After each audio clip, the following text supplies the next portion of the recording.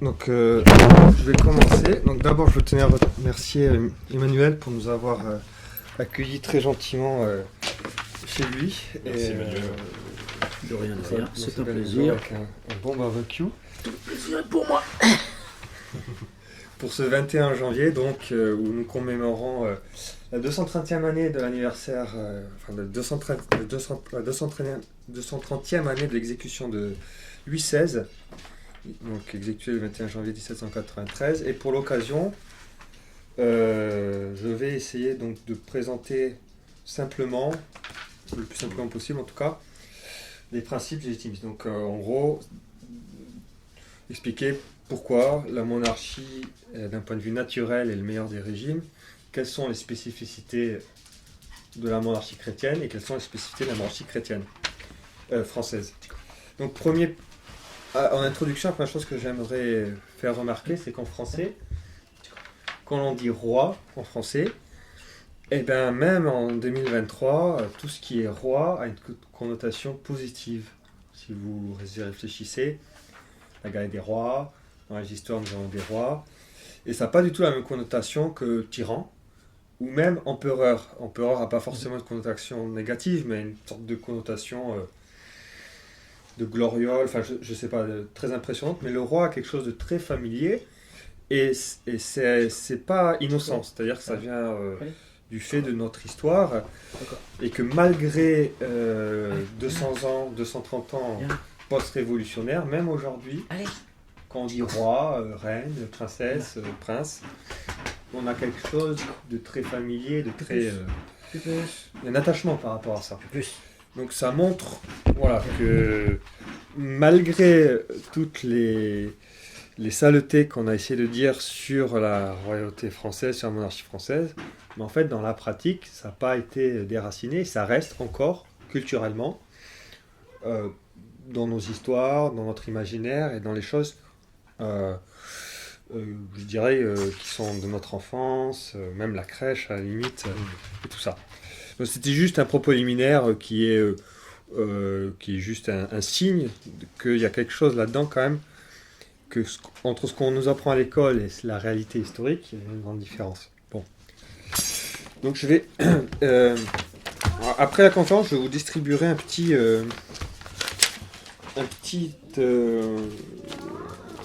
résumé qui a été publié par le site Vive le Roi, donc, qui est le site des cercles légitimistes de France, et qui explique tout un tas de choses très bien sur le légitimisme. Donc je vous conseille de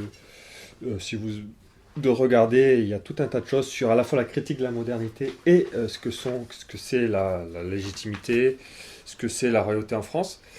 Et je vais pour la présentation d'aujourd'hui utiliser, disons, quelque chose, leur plan, et que je vais détailler.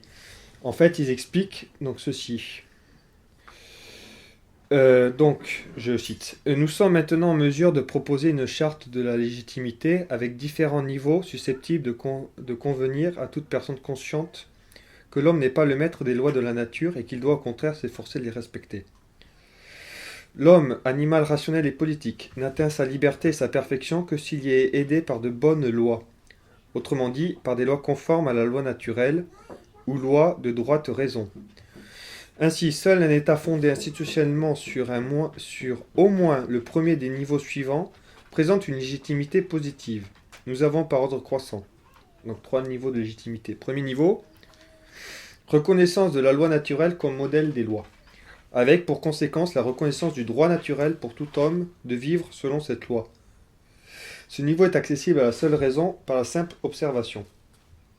Deuxième niveau, reconnaissance de l'origine divine de la loi naturelle. En effet, une loi existe-t-elle sans législateur?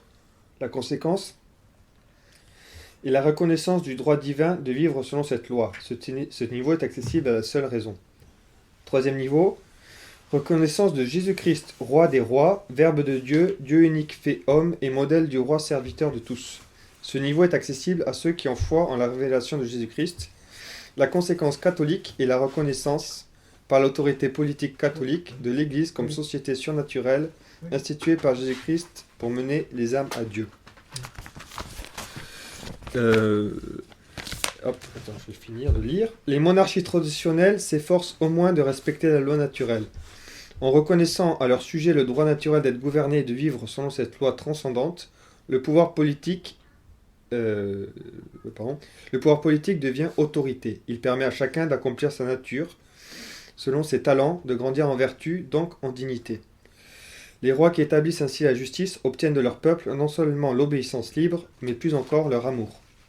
Les 3 niveaux de légitimité sont donc incompatibles avec les systèmes de pensée qui prônent l'autonomie de l'homme, son affranchissement de toute loi dont il n'est pas l'auteur. Un gouvernement, même le plus mauvais et le plus injuste, doit cependant être toléré si son renversement présente pour la société un risque important de sombrer dans l'anarchie, qui est la version généralisée de la loi du plus fort à l'échelle la plus petite. Mais tolérer n'est pas accepté, et on cherchera à établir dès que possible le gouvernement légitime. Voilà.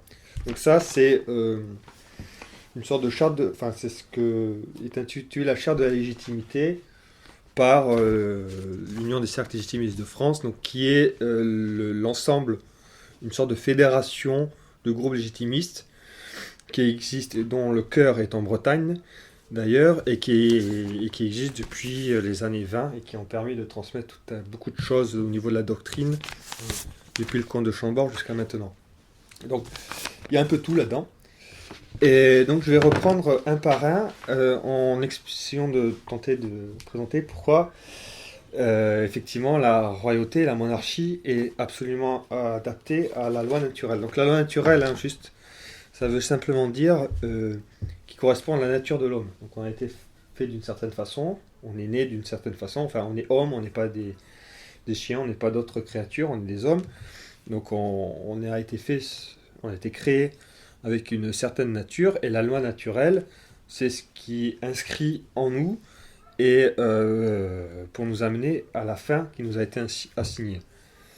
Et c'est comme il y a un homme et une femme, on ne peut pas dire qu'une femme est un homme ou un homme est une femme, et qu'il y a une hiérarchie, c'est toutes les règles qui sont normalement, qui nous sont nécessaires pour vivre bien, puisque ça correspond à la façon dont nous sommes faits, et ce sont les lois qui nous aident, comme des barrières sur une route qui nous permettent d'éviter de sortir de la route et d'aller dans le décor, de nous aider à nous diriger sur le chemin qui a été tracé pour nous dès le départ. C'est à nous de décider d'avancer sur ce chemin, mais le chemin a été fait au départ. Donc, premièrement, alors, je vais d'abord commencer par, disons, les principes naturels. Donc, normalement, des principes qui peuvent être atteints par n'importe quelle raison et qui, dans toutes les royautés traditionnelles, donc disons saines ou légitimes, ont été plus ou moins appliqués. Et étaient reconnus en tout cas. Et même chez les confucianistes, chez les Grecs, on trouvait ça. Donc, pour prendre une première distinction, disons, connue, je prends la distinction d'Aristote.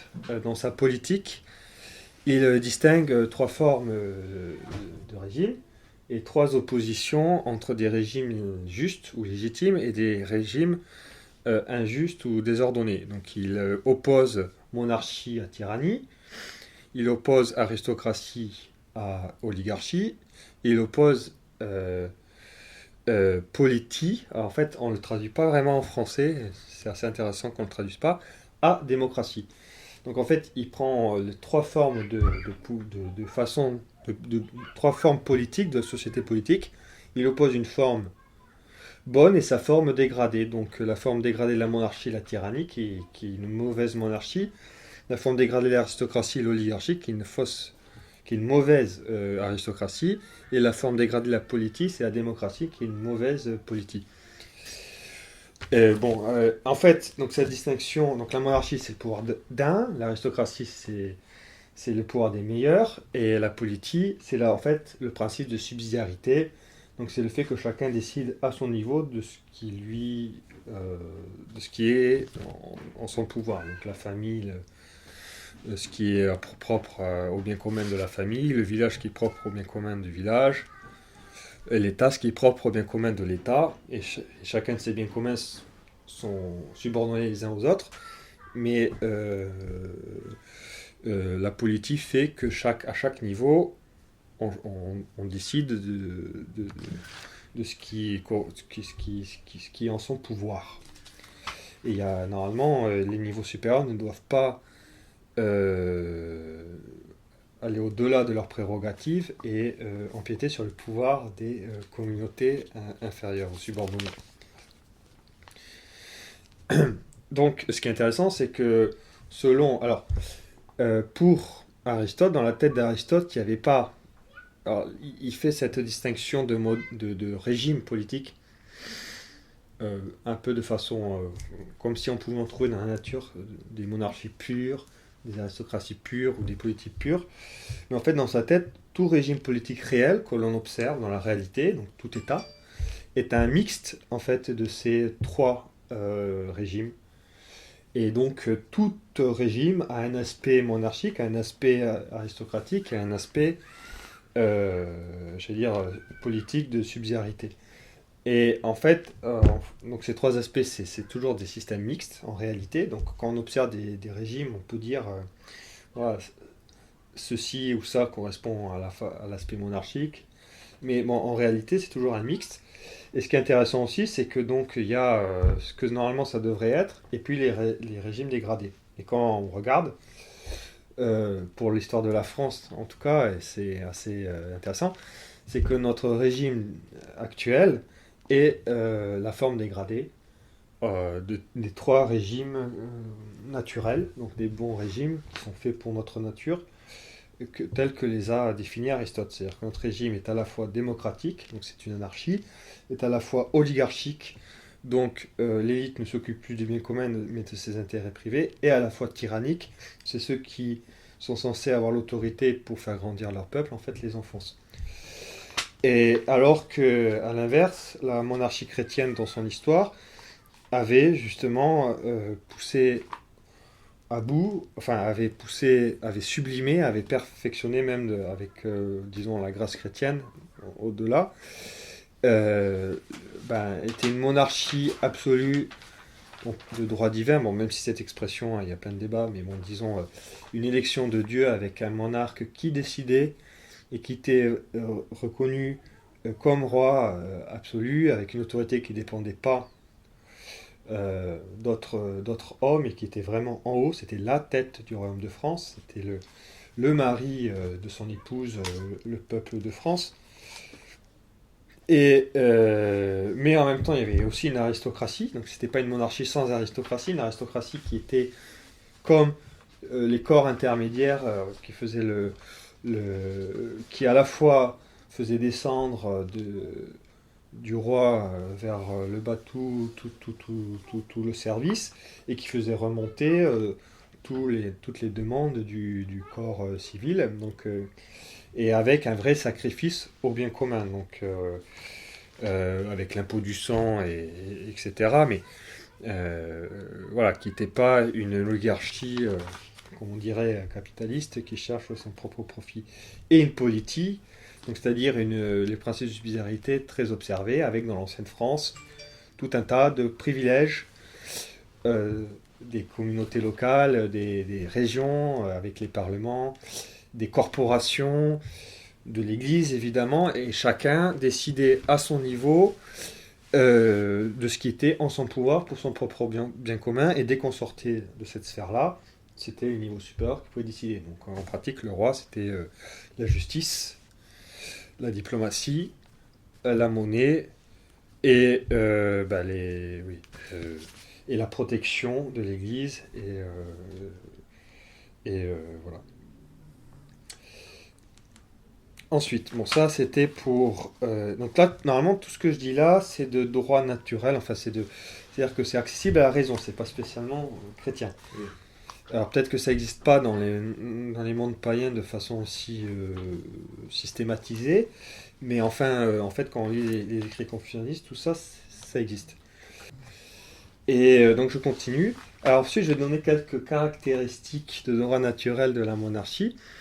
Donc la première, pourquoi la monarchie est le meilleur des régimes, enfin, ou pourquoi c'est un régime, en tout cas, qui est le plus adapté au régime, à la nature humaine, et pourquoi il est l'un qui fonctionne le mieux avec peu de... Enfin, qui aide. Pourquoi? Alors, plusieurs choses. Bon, premièrement, c'est la forme naturelle de toute organisation humaine, de ce qu'on appelle la société organique, donc telle que Dieu l'a créée. Et qu'est-ce que Dieu a créé directement? C'est la famille. Et la famille est organisée de façon monarchique. Après, en tant que catholique, on a ainsi notre argument, c'est que Jésus-Christ a créé l'Église catholique comme une monarchie, et pas comme autre chose, ce qui montre bien que c'est l'organisation de base voulue par Dieu aussi. Mais même sans avoir l'Église catholique, sans avoir la révélation, il suffit d'avoir la famille, et tous les peuples traditionnels, toutes les sociétés traditionnelles qui voulaient bien réfléchir ou qui voulaient bien raisonner, vous voyez très bien que la famille était organisée père, mère et enfant, et que c'est le père ou le chef de maison qui avait l'autorité, et que c'est comme ça que c'était fait naturellement. Et donc il le reconnaissait. Donc ça, c'est le principe d'autorité, de hiérarchie déjà, qui est absolument, normalement, naturel de base et reconnaissable. Notre société démocratique nie la hiérarchie et nie le principe d'autorité. Et en ce sens-là, il est déjà contre nature. Le peuple souverain, c'est peut-être, ça fait plaisir, c'est peut-être joli, mais c'est contre nature, ça contre la nature telle que nous sommes faits. Nous avons besoin de chefs pour nous diriger, c'est comme ça. Et en fait, en pratique, tout le monde a profité ou subissent, quand elle était mauvaise, des autorités, qu'elles le veulent ou non. Même si on la nie, même si on fait faire semblant qu'elle n'existe pas, on a toujours une autorité dessus. Et si elle est niée, si elle n'est pas reconnue, on en subit les conséquences, puisqu'en fait, en gros, ils peuvent devenir tyrans sans même se justifier finalement. C'est le cas maintenant. Ce qui est le cas maintenant, exactement. Exactement.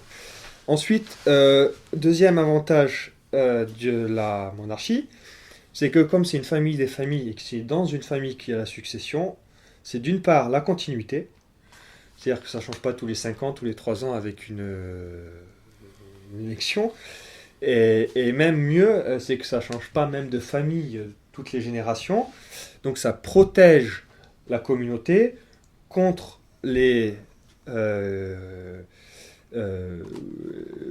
contre les disputes et les divisions ou le désordre que peut créer les successions. Et donc il y a cette continuité à travers les âges, qui de plus fait que la famille en question, en fait, c'est ce que dit Maurras en particulier, mais en fait c'est ce qu'avaient compris toutes les sociétés traditionnelles, plus ou moins consciemment, mais c'est que la famille qui est souveraine, par définition, son intérêt, ça devient l'intérêt de sa communauté. Les rois, la famille royale, est absolument associée et même confondue avec le corps dont elle est le chef. Donc ce qui est son intérêt est aussi l'intérêt du corps, et vice-versa. Donc on est dans un cas très rare où ceux qui sont à la tête n'ont aucun intérêt de faire quelque chose contre son corps. Alors que quand on a des oligarchies, des tyrans ou de la démocratie, en fait, ça devient l'intérêt privé qui a le pouvoir et qui ne fait pas, qui ne dirige pas en fonction du bien commun, mais en fonction de d'autres intérêts, qui peuvent être ses intérêts ou d'autres. Ça peut être même une idéologie contre nature, voire même amenant à leur propre destruction, c'est pas forcément contradictoire. Mais en tout cas, c'est pas l'intérêt du corps. Et donc il y a cette continuité. Ensuite, il y a aussi un autre principe, disons, de droit naturel dans la politique, dans le gouvernement politique, c'est le gouvernement d'un seul, mais en conseil. C'est-à-dire que celui qui décide, c'est le chef, mais il décide en conseil. Donc, c'est-à-dire en prenant conseil des gens qu'il a décidé de prendre comme conseiller ou à qui il a décidé de demander le conseil, et toute décision n'est faite, et dans la royauté de France, c'était très clair, mais ça marche aussi comme ça dans l'Église, c'est que toute décision n'est faite qu'après un conseil. Le conseil, c'est pas une assemblée parlementaire à la majorité. C'est décider qui est expert de ça, ou connaît bien ça, ou peut donner conseil sur ci ou sur ça, du fait de son expérience, etc. Et le roi prend ces conseils-là, et ensuite il décide. Et ce qui est fort dans l'histoire de France, c'est que ça a toujours été en conseil, mais sans que le conseil mange le roi, parce que dans beaucoup d'endroits, par exemple dans l'histoire du Japon, c'est assez typique, c'est que très vite, après un moment monarchique, on a un moment un peu oligarchique où les conseils prennent le pouvoir face au souverain qui décide de plus rien, en fait, qui est juste obligé de ratifier ce que dit un conseil. Dans la monarchie française, il n'y a jamais eu ça, c'est que le roi peut toujours aller contre le conseil qu'il a eu. Un conseil est un conseil, c'est pas la décision. Et c'est pas démocratique. Donc, mais en même temps, c'est pas la tyrannie, parce que le tyran, sa spécificité, c'est qu'il décide selon son caprice. Donc si ça tombe bien un jour, tant mieux, mais si ça tombe mal l'autre jour, tant pis. Il n'y a pas de processus de décision, alors que dans une monarchie traditionnelle, il y a normalement un processus de décision avec prise de conseil, analyse et puis décision à la fin. Et puis, pour la spécificité de la France, les rois de France avaient tellement peur de leur propre caprice qu'ils ont mis en place tout un tas d'institutions, tels les parlements, tels le garde des Sceaux, pour vérifier leurs propres décisions après coup, après qu'ils aient pris la décision, pour éviter que ça aille contre l'intérêt, contre le bien commun et contre l'intérêt, contre n'importe quel intérêt de quelqu'un dans le royaume. Et donc ils avaient donné ordre d'abord à leur garde du Sceau, c'est Saint-Louis qui a mis ça en place, même Philippe Auguste peut-être, de ne pas apposer le sceau royal s'ils considéraient que la loi en question ou la charte en question allait contre l'intérêt des sujets. Et ensuite, elle a institué le Parlement qui devait enregistrer, qui était aussi une cour de justice, mais qui avait comme autre prérogative, ou enfin mission du roi directement, comme émanation du roi, de enregistrer les lois et les chartes et de vérifier qu'elles étaient bien conformes, premièrement à la constitution du royaume, qui n'était pas écrite, donc aux coutumes, et aux privilèges, donc c'est-à-dire qui n'étaient pas contre le bien commun. Et à ma connaissance, hors monde chrétien, ce genre de institution en fait qui contrôle la décision du roi, mais sur ordre du roi, pas comme en Angleterre où il y a les aristocrates qui se révoltent et qui imposent au roi de restreindre son pouvoir, en fait, pour eux dire leur avis, pour eux leur intérêt. Là, on n'est pas du tout dans cette configuration-là, c'est le roi qui a peur de son caprice, donc il nomme des gens pour lui dire attention, là vous vous trompez, mais il garde la main, il n'y a pas de lutte de pouvoir, il n'y a pas ces luttes de pouvoir qui existent aujourd'hui, mais qui existaient dans le passé, comme en Angleterre ou dans toutes les monarchies un peu païennes, où en fin de compte ça devient une sorte de règlement de rapport de force. Dans la monarchie chrétienne, ce qui est très, très impressionnant, et en France en particulier, c'est que cet aspect lutte, rapport de force, est réduit à son minimum et en tout cas est christianisé en fait, et que ça se passe plus sur ce plan-là.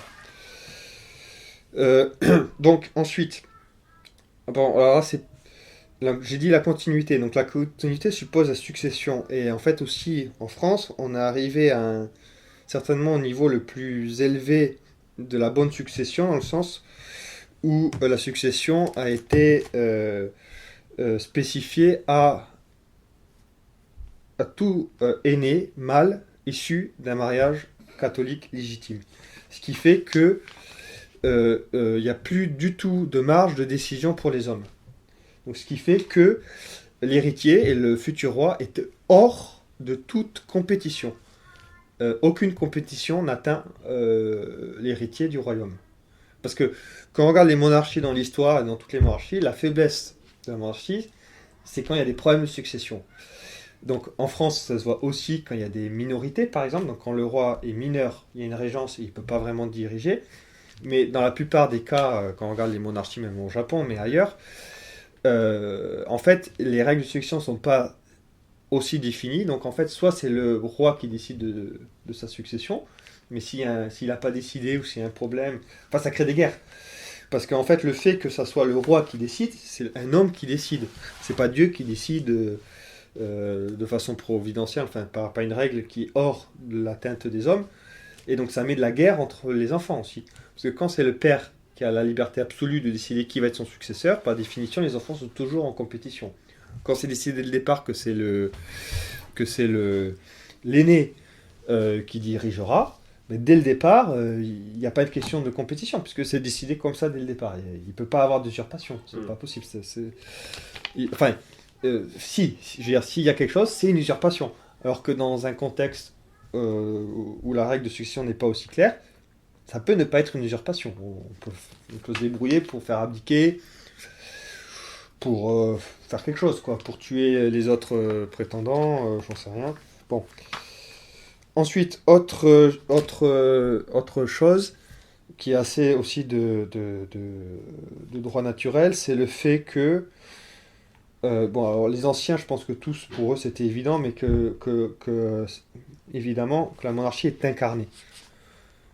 C'est pas la gouvernance, c'est pas la République, c'est pas la démocratie, enfin, c'est pas des choses comme ça magmatiques, c'est des gens concrets avec une chair, issus d'une famille, et on sait qui c'est, et c'est incarné. Et, bon, ça, je pense qu'auparavant, c'était difficile d'arriver à avoir des choses qui n'étaient pas incarnées, mais aujourd'hui, on arrive à quelque chose de tellement contre nature qu'on qu'on fait de la normalité ce qui est complètement désincarné et donc complètement contre nature, parce qu'on n'est pas désincarné. Et donc, dans un régime politique qui est la gestion, enfin, qui est le gouvernement des hommes pour accomplir leurs fins naturelles et surnaturelles, qui ignore l'incarnation, c'est complètement contre nature, c'est pas possible. Ben, mais on y est aujourd'hui, bon. Donc ça vaut le coup de le rappeler, même si les anciens ne le rappelaient pas forcément, parce que pour eux c'était évident. Enfin, un autre principe très important qui a été souligné aussi par Maurras, et qui est très vrai en France, peut-être moins vrai, qui est très vrai dans les autres monarchies chrétiennes et moins vrai dans le monde païen, même si ça c'est pas forcément faux, c'est que quand la hiérarchie est claire et l'autorité est bien forte en haut, les libertés, grâce aux coutumes, grâce aux privilèges, grâce aux immunités, est plus assise en bas. Alors que la démocratie, c'est l'inverse. La démocratie, c'est la souveraineté en bas. Et en fait, les seuls qui sont libres, c'est le caprice de ceux qui sont en haut. Et de plus en plus, il n'y a pas de liberté en bas. Ensuite, voilà, ça c'est plus peut-être spécifiquement chrétien quand même. Et ensuite, je vais prendre deux autres points. Et ça, c'est aussi quelque chose d'universel. C'est que le roi doit être justicier. Le roi est justicier. Ça, bon, chez les Romains, c'était hyper classique. Mais chez aussi les confucianistes, ils appelaient pas ça forcément justice.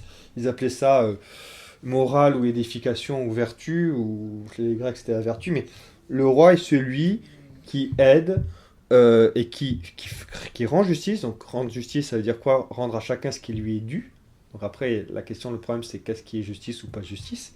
Enfin, je veux dire, la notion de justice chez les païens n'est pas aussi bien clarifiée que forcément chez les chrétiens, mais en tout cas, c'est de droit naturel, donc n'importe qui peut quand même tuer son prochain, c'est pas génial, Ouais. voler son prochain, c'est puni, et donc celui qui doit faire la justice, par excellence, c'est le roi, c'est le chef, voilà, c'est le roi.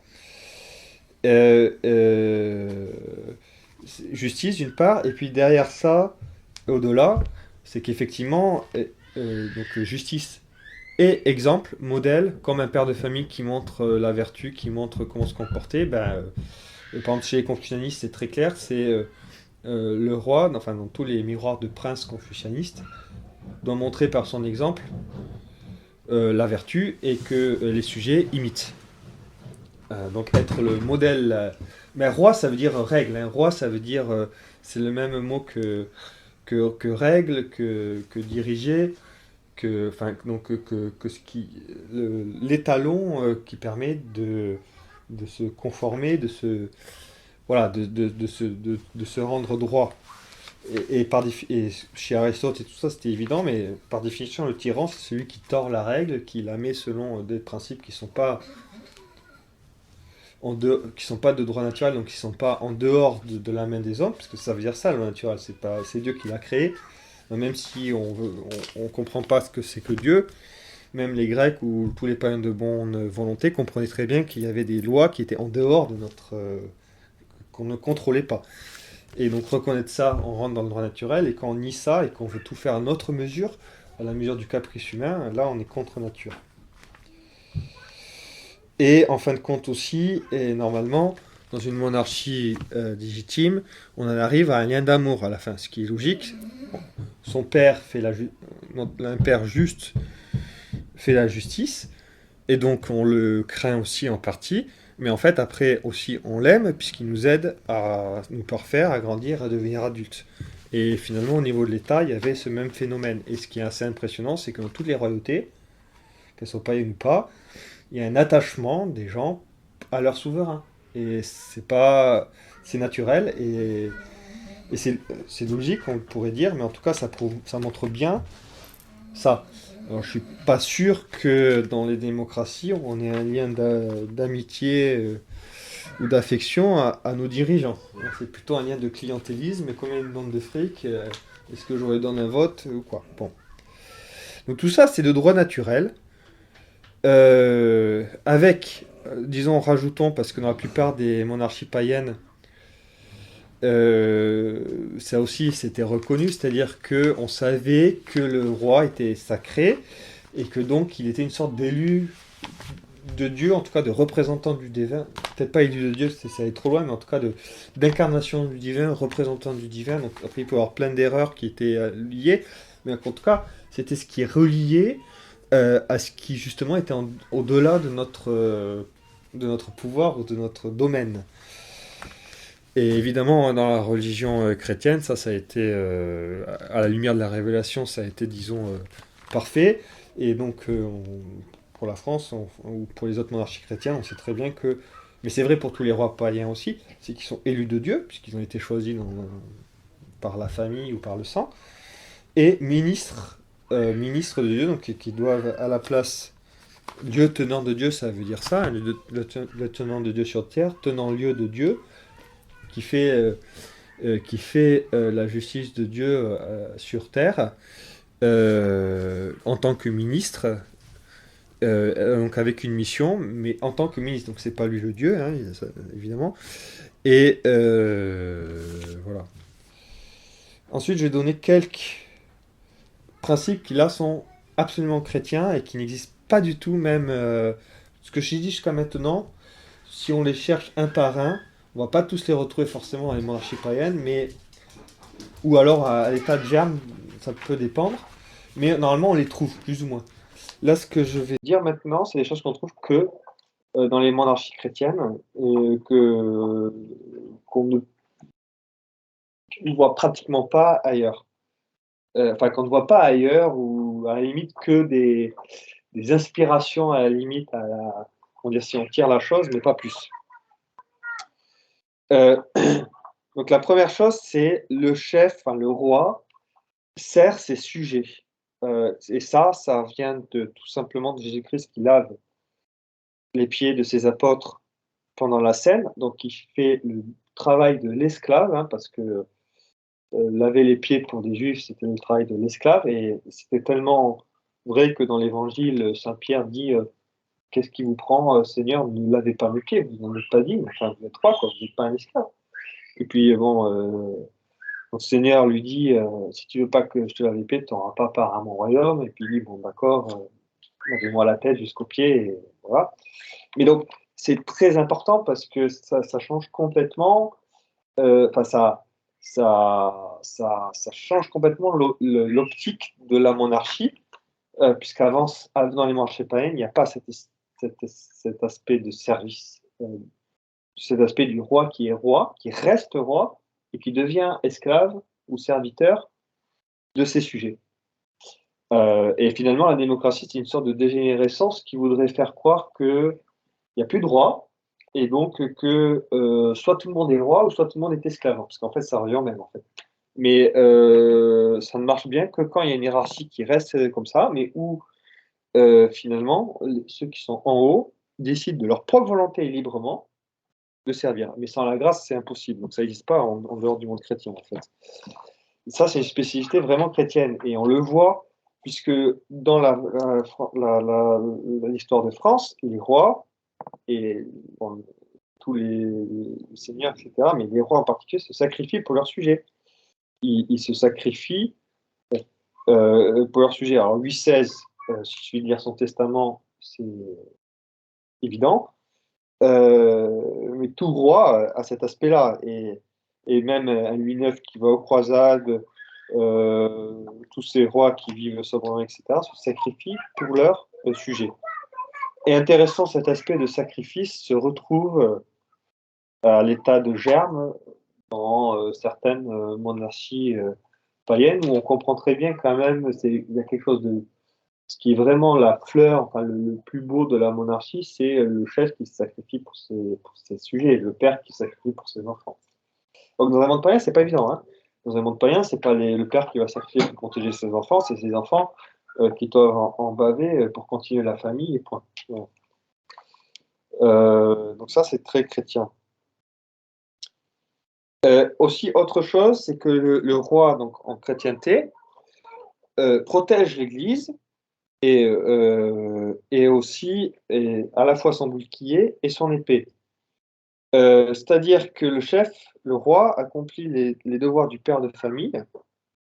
Et ça veut dire que c'est pas simplement le bien matériel, c'est pas simplement la vertu de ses sujets, mais c'est aussi le bien spirituel de ses sujets. Et là, on a quelque chose de très différent avec les monarchies païennes, où chez les monarchies païennes, on sent bien que normalement, il y a quelque chose qui dépasse le matériel. Donc c'est pour ça que tous ces rois sont sacrés, etc. Mais ce sacré-là est très matériel en fin de compte. Mais avec la révélation, euh, il y a une institution, l'institution de l'Église et d'un sacerdoce euh, au-dessus du temporel, à côté du temporel, pour arriver au paradis. Et ce qui est très beau là-dedans, c'est qu'il n'y a pas de...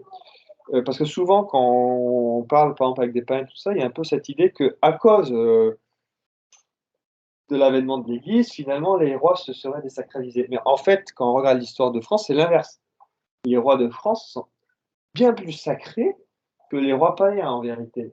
Il y a d'ailleurs le sacre du roi de France, qui dit chez les Écrouelles. Tout événement du roi était aussi quelque chose. Enfin, ils étaient extrêmement sacrés, quoi. Juste la présence des rois était. Mais en même temps, et c'est là où c'est très beau, c'est que c'est pas des prêtres, c'est pas du sacerdoce. Le sacerdoce est au-dessus et a été comme notre Seigneur a rétabli la réalité telle qu'elle devait l'avoir, c'est-à-dire qu'il a établi son sacerdoce pour donner les sacrements, pour nous enseigner et pour nous amener à la vie éternelle, sans nier et sans rabaisser euh, la société naturelle, qui a besoin de sacralité aussi. Et inversement, la royauté en France a été purifiée finalement de toutes ces scories, disons, païennes, pour devenir complètement chrétienne et assumer pleinement son devoir spirituel par rapport à ces sujets, en montrant l'exemple, en dirigeant les prières ou en faisant faire des prières, en faisant faire des messes, en protégeant l'Église, en protégeant le clergé, et bon, en fournissant aussi des saints ou des religieux, etc. Ça, c'est comme un peu la différence entre le mariage et le sacerdoce. Parfois, on peut avoir la vision de se dire que le mariage est moins bon que le sacerdoce, mais en fait, pas du tout. C'est l'inverse, c'est-à-dire que le sacerdoce n'existe pas finalement dans les monarchies païennes, même s'il y a des prêtres qu'on dit païens, tout ça, mais en fait, c'est pas des prêtres, c'est des sacrificateurs à la limite qui deviennent. Et en fait, ils disparaissent pas avec l'Église catholique. Disons qu'ils sont chrétiens, enfin, ils sont purifiés et c'est nos rois, c'est nos seigneurs, etc. Et il y a le vrai sacerdoce euh, au-delà de ça qui vient élever en fait tout ce qui était avant complètement fou. Et pour le mariage, c'est complètement ça. Le mariage n'est pas un état. Jésus-Christ vient parfaire et purifier le mariage tel qu'il était quand il est arrivé sur Terre et qu'il était dégradé par tout un tas de la polygamie, la répudiation, ou même l'anarchie dans le mariage, etc. Donc déjà, il a mis l'ordre dans tout ça. Et puis, il en a fait un sacrement. Donc, c'est pas inférieur, c'est différent. Les deux sont complémentaires, sont à côté. Il y a un peu cette relation entre la monarchie, le, le chef, enfin le gouvernement politique et le gouvernement et la société surnaturelle, l'Église. Avec le fait et avec le roi qui est à la fois, et ça c'est très beau aussi, c'est même presque un mystère, qui est à la fois simple catholique, simple membre de cette Église surnaturelle, et en même temps chef élu par Dieu de son corps politique. Et enfin, donc, et puis l'autre aspect donc, qui est complémentaire à ça, c'est que dans les pays dans la monarchie chrétienne, le roi protège l'Église et son épée, et il y a un lien comme ça extrêmement fort. Pour dire d'ailleurs, en France, on appelait souvent le roi l'évêque du dehors, pour dire à quel point il était sacré. Et enfin, trois autres points pour la spécificité de la monarchie chrétienne qui n'existe pas dans les monarchies non chrétiennes.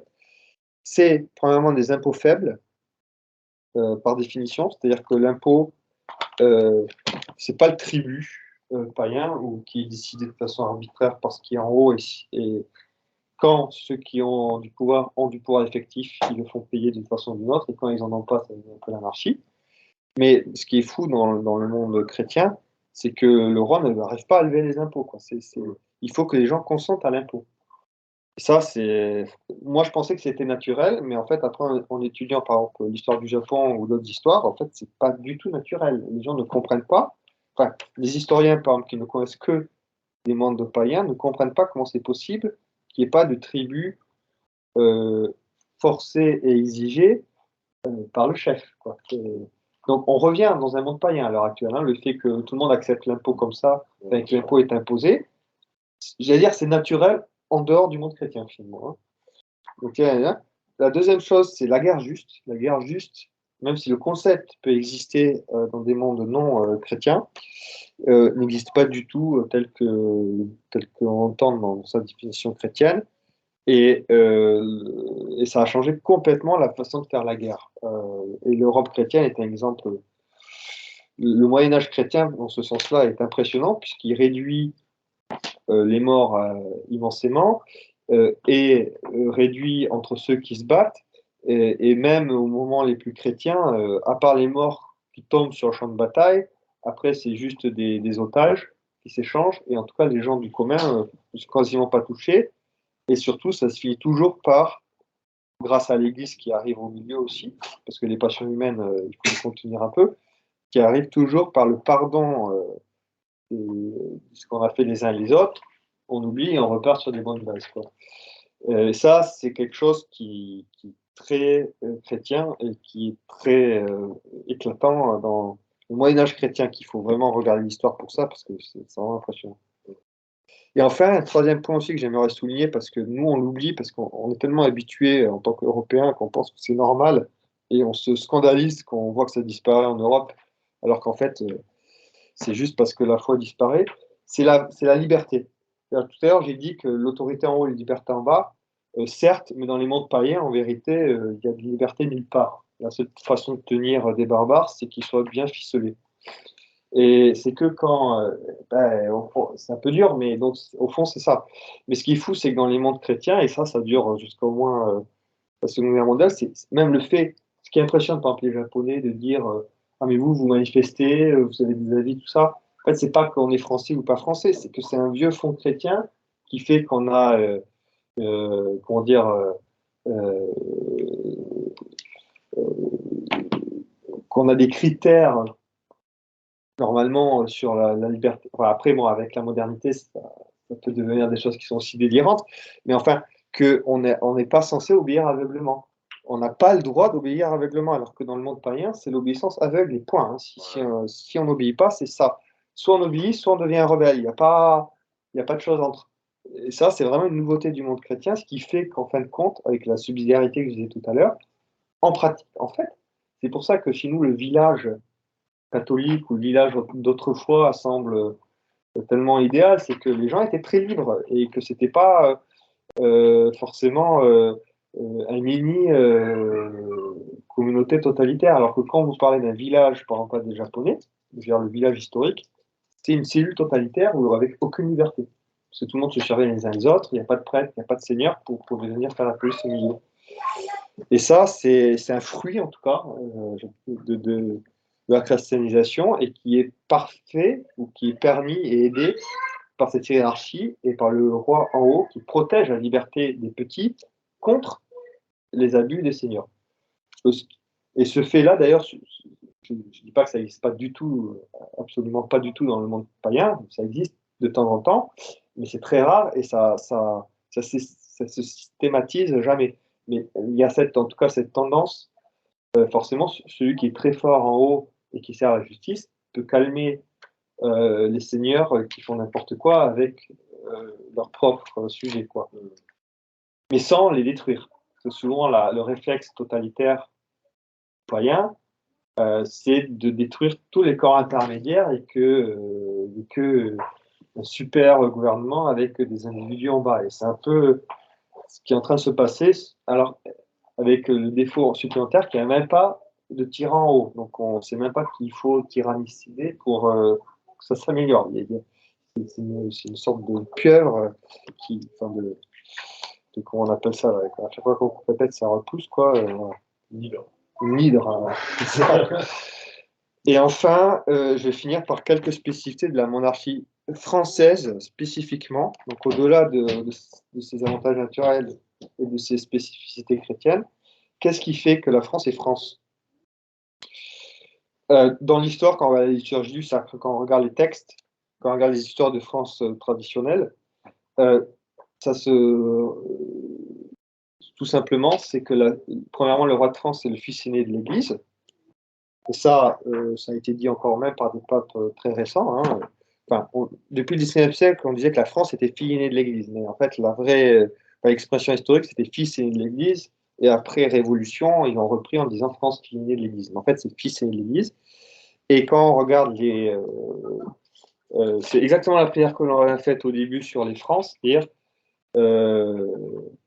Gesti Deo per Francos, c'est-à-dire l'œuvre de Dieu par les Francs, c'est-à-dire que les Francs, très vite, il y a eu une tradition qui a considéré que les Francs, et la France ensuite, étaient finalement le successeur d'Israël comme peuple particulièrement choisi par Dieu pour faire son œuvre dans le monde. Et quand on regarde l'histoire de France, entre Clovis, Pépin puis Charlemagne, Hugues Capet, Saint-Louis, et même, on pourrait dire, Louis XIII, Louis XIV, tout ça, et même après, même Louis XVI, même le comte de Chambord, on peut dire que oui, effectivement, c'était le cas. Alors, on n'est pas dans l'Ancien Testament, c'est pas une élection qui nous ferait qu'on est substantiellement différent, mais au contraire, il y a eu la Révolution qui prouve qu'on peut tout perdre aussi. Voilà. Mais c'est ça intéressant, ça c'est mon deuxième point, c'est que la Révolution prouve bien cette spécificité de la France et cette élection divine de la France comme, et c'est exactement ce que dit Saint Rémy à Clovis en disant au roi de France et à tous ses successeurs, si vous respectez les promesses de votre baptême, la France prospérera, et si vous les trahissez, la France périclétera, et que votre mission, donc, c'est d'accomplir les volontés de Dieu et d'être son bras armé et son bouclier. La Révolution prouve ça, en fait, quelque part, à contrario.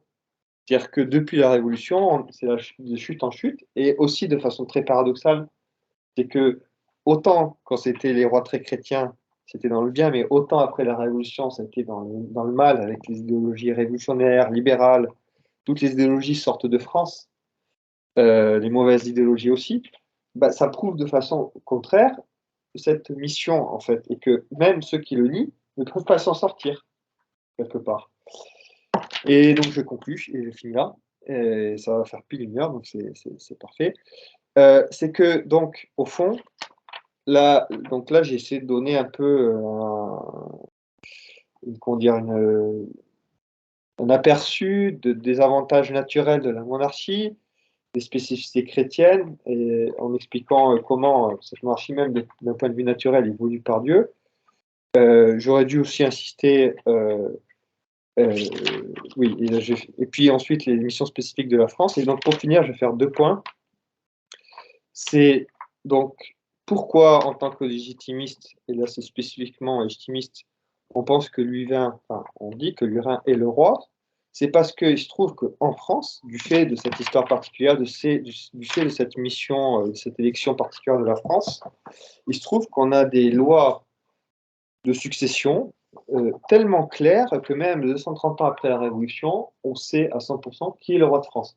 Ce qui n'est pas du tout évident, parce qu'il y a plein de monarchies où, au bout de 2-3 générations, il peut y avoir 50 héritiers qui se disent rois et qui peuvent se dire légitimement rois. D'ailleurs, chez les Mérovingiens, c'était tellement vrai que ils se tuaient entre frères jusqu'à qu'il ne reste plus qu'un, parce qu'ils étaient tous rois, en fait. Il suffisait d'être du sang royal pour être roi, ce qui faisait des problèmes de diplomatie.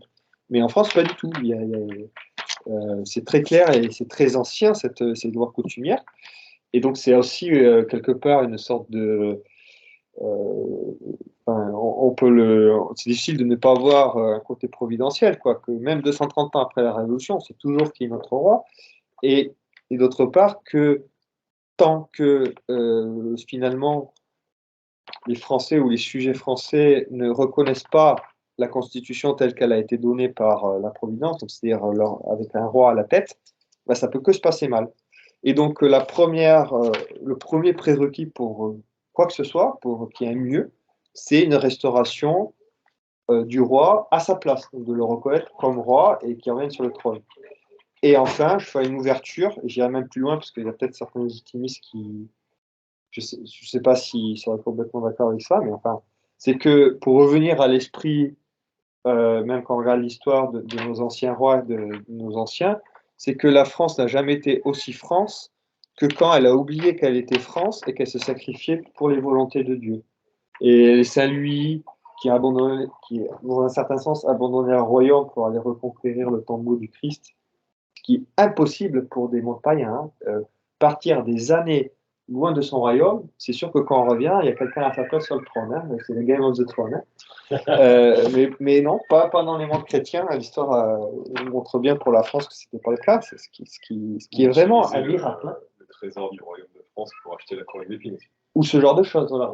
Mais même le fait de quitter son royaume et d'arriver à revenir des années plus tard, en embarquant d'ailleurs énormément de seigneurs. Oui, tout à fait, tous les seigneurs. Voilà. Mais il y en a certains qui ne voulaient pas venir quand même et qu'il n'y a pas d'usurpation à la fin. C'est un truc, franchement, si on dit ça comme ça, par exemple, à un historien japonais qui connaît que le monde païen, il n'y croit pas. Ouais, qui s'est fait assassiner. Ouais. Exemple le plus connu. Et mais donc, pour finir cette ouverture, c'est que d'une part, la France n'a jamais été aussi France que quand elle oublie qu'elle est France parce qu'elle veut faire les volontés de Dieu. Et que finalement, ce que dirait, je pense, ce que doivent dire les légitimistes, c'est que notre travail, c'est de servir les volontés de Dieu dans notre histoire au service du roi incarné, du roi de la France qui est incarné, donc qui est quelqu'un, et que c'est ça qui fait que ça sauve la France, puisque le roi bon, est incarné, mais que nous, en faisant de servir le roi et de servir Dieu, ben, on incarne la France et que la France forcément existe à travers nous. Voilà, donc finalement. Okay, merci Paul pour cette. Si vous avez quelques questions. Oui. No, in English. English now. You do some- No, it's fine. Un commentaire, ouais, c'est vrai que ce que tu as dit à la fin, c'est vrai que la France, c'est un peu l'étalon modèle pour le pire et pour le meilleur. Hein. C'est ça. Pour le meilleur, c'est vrai que ce qu'on a vu. Et pour le pire, c'est Et pour le pire, ouais, actuellement, genre, c'est toutes les idées les plus modernistes et les plus sataniques actuellement, ça se passe en France. Quoi. Voilà, c'est vrai que c'est intéressant à ce niveau de voir ça. Quoi. Les Américains allaient nous battre. Ce qui est intéressant, c'est que les Américains, même dans leurs idéologies délétères, en fait, ne font que développer ou reprendre des choses qui sont nées en France. C'est sur le postmodernisme. Parce que l'avortement dans la Constitution, c'est en France. Hein. Ouais. Aux États-Unis, c'est pas. Voilà. Il y a eu Tito avant, c'est pas le premier. Oui, c'est vrai, mais même aux États-Unis, on va pas aussi loin. Quoi. Oui. Ce qui est drôle, c'est que dans la perfection monarchique ou la perfection tyrannique, qui est l'inverse, disons, en miroir, c'est que par définition, il faut que ça soit quand même un peu jacobin. Ouais.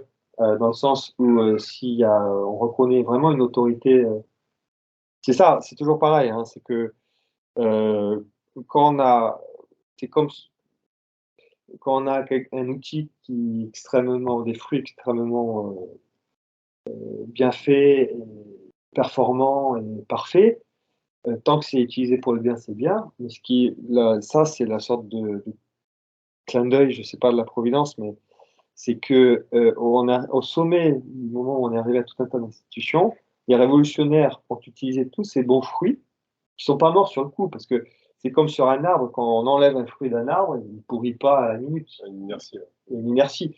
Et ils ont utilisé tous ces fruits anciens pour faire beaucoup de mal, et surtout pour dire que les succès, qui en fait n'étaient pas dus à eux, mais à des anciens fruits, continuer à produire des choses, on va dire c'est grâce à nous.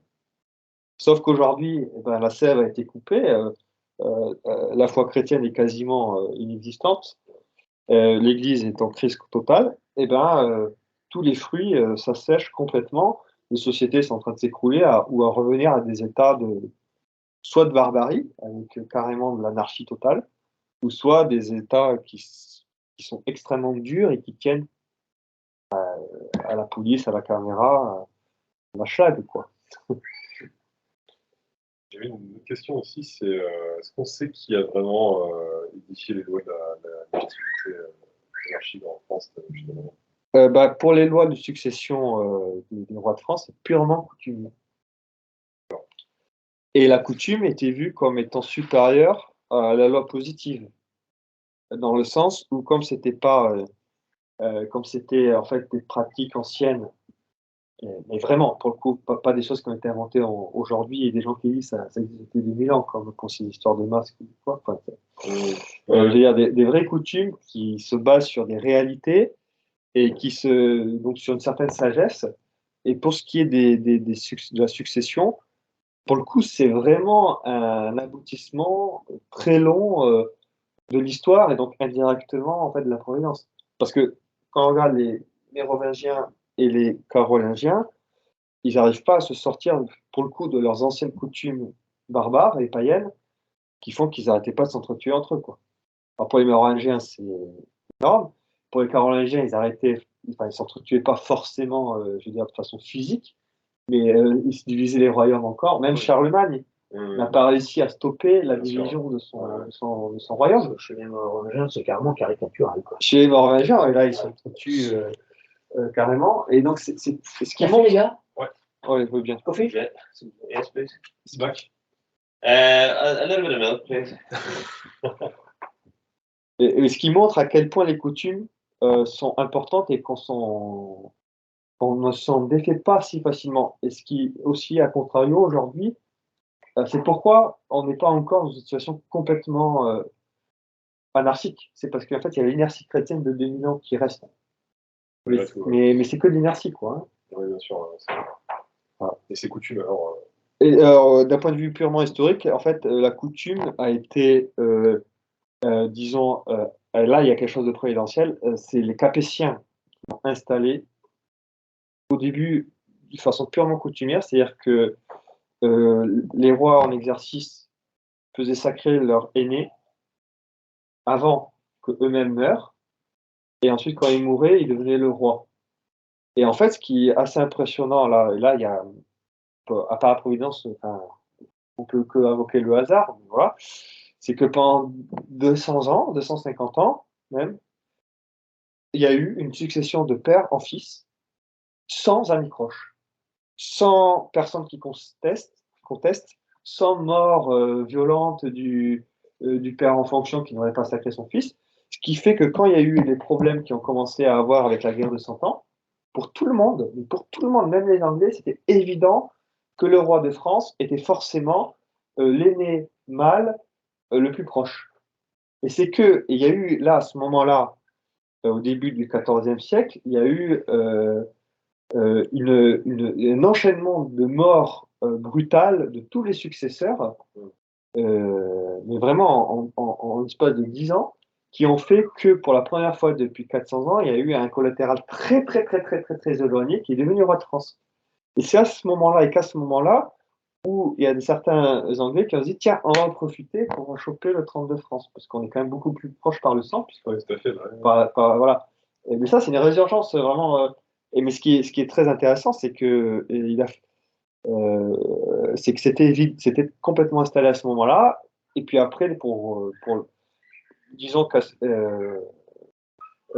là, ça a été en plus, disons, formalisé d'un point de vue de droit en droit positif, hein, même si ça peut être une loi écrite, mais tous les juristes ont réaffirmé que c'était comme ça. Et ensuite, ce qui s'est rajouté, c'était le fait que le roi devait être catholique et que ça a été affirmé par la guerre de religion. D'accord. Et il ne s'est jamais passé la question jusqu'à maintenant, qu'est-ce qui se passe si c'est un roi légitime par le sang, voire par le mariage. Autre condition, c'est que le roi doit être issu d'un mariage légitime catholique. Donc les bâtards sont exclus direct. Et c'est tellement fort que même Louis XIV, qui a essayé de légitimer un de ces bâtards, cette décision a été cassée par le Parlement, disant que non, c'était pas un prince de sang, et il avait le droit, enfin, c'était un noble, enfin, il avait des titres et tout ça, mais c'était pas un prince de sang, il était en dehors de la succession. Même Louis XIV n'a pas réussi à changer cette loi, alors qu'il a fait des décrets et des choses pour dire, lui, il est légitime, il est dans ma succession. Le Parlement a dit non, c'est contre les lois du coutumier du royaume. Et c'est pas un acte de rébellion, c'était juste une réaffirmation du droit. Et c'est pas aussi une spécificité française de dire que c'est le mâle qui hérite du trône aussi? À ce point-là, le fait que ce soit le mâle, l'aîné, et que ça soit... Ouais, c'est très français, ça, c'est vraiment très français. Ouais, d'accord. Après, c'est coutumier. C'est toujours coutumier, mais effectivement, il n'y a qu'en France où on est arrivé à ce point. Et en fait, bon, après, voilà, il ne faut pas être trop chauvin, mais ça montre... Enfin, ça semble, enfin, il y a un certain nombre de juristes, mais même un certain nombre d'abbés aussi, qui en parlent pour la famille, parce qu'en fait, ça vient aussi, dans la famille aussi le droit d'aînesse, ça revient à ça, hein. C'est que c'est le modèle voulu par Dieu au départ.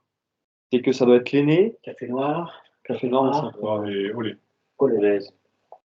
C'est que c'est l'aîné qui a été choisi par Dieu pour succéder, en fin de compte, et que toute règle qui dévie un peu de ça, c'est déjà une sorte de déviation par rapport au plan de départ de Dieu, en fait. Ce qui montre que la France a un rôle important à jouer Ou dans que l'histoire de l'humanité aussi. que en France, oui, ou aussi que ça a été appliqué, que la loi chrétienne ou l'ordre chrétien a été vraiment appliqué très profondément, quoi. Mais on le sait, hein, mais c'est un des pays, Marie-Madeleine et d'autres apôtres sont arrivés en Gaule à l'époque, hein, Tout à fait, ouais. Ouais, tout à fait, tout à c'est un fait, des ouais. premiers pays christianisés, hein. Ouais, bien sûr, bien sûr. L'Irlande aussi. OK. Oui, oui, c'est vrai. You explain after. I'll take a time. No rush. Donc on peut dire que pour la monarchie, tout a commencé par la France et tout se finira peut-être en France aussi. Voilà. Après, il y a eu des monarchies avant. Après, ce qui est important, c'est mais la que monarchie chrétienne. chrétienne. vraiment, ouais. Je sais pas, après on verra, mais bon, après il y a ces histoires de prophéties, effectivement, qui parlent de grands monarques et de restauration. En tout cas, une restauration de l'Église, à mon avis, ne passera aussi que par des restaurations politiques, parce que le surnaturel ne se greffe que sur Oui, bien sûr. que sur le naturel. Donc s'il n'y a pas des corps politiques naturels sains, c'est difficile d'avoir que le surnaturel prenne bien. Le Ouais. surnaturel ne prend bien que sur un naturel qui est déjà sain au départ. Donc c'est vrai pour la famille, mais c'est vrai pour les États. Pour les États aussi. Et aujourd'hui, on est dans un monde tellement contre nature que finalement, c'est pour ça que je pense qu'il y a une crise comme ça dans l'Église actuelle, c'est que autant la société a tenu grâce à la foi sur l'inertie contre des gouvernements contre nature, mais ça a duré un certain temps, mais en fait, au bout d'un moment, c'est plus possible, quoi. Ouais, tout à fait. Ouais. Wow. What did you think about the testimony of Oh, it's very good. Very good. Yeah, they're both very pious individuals.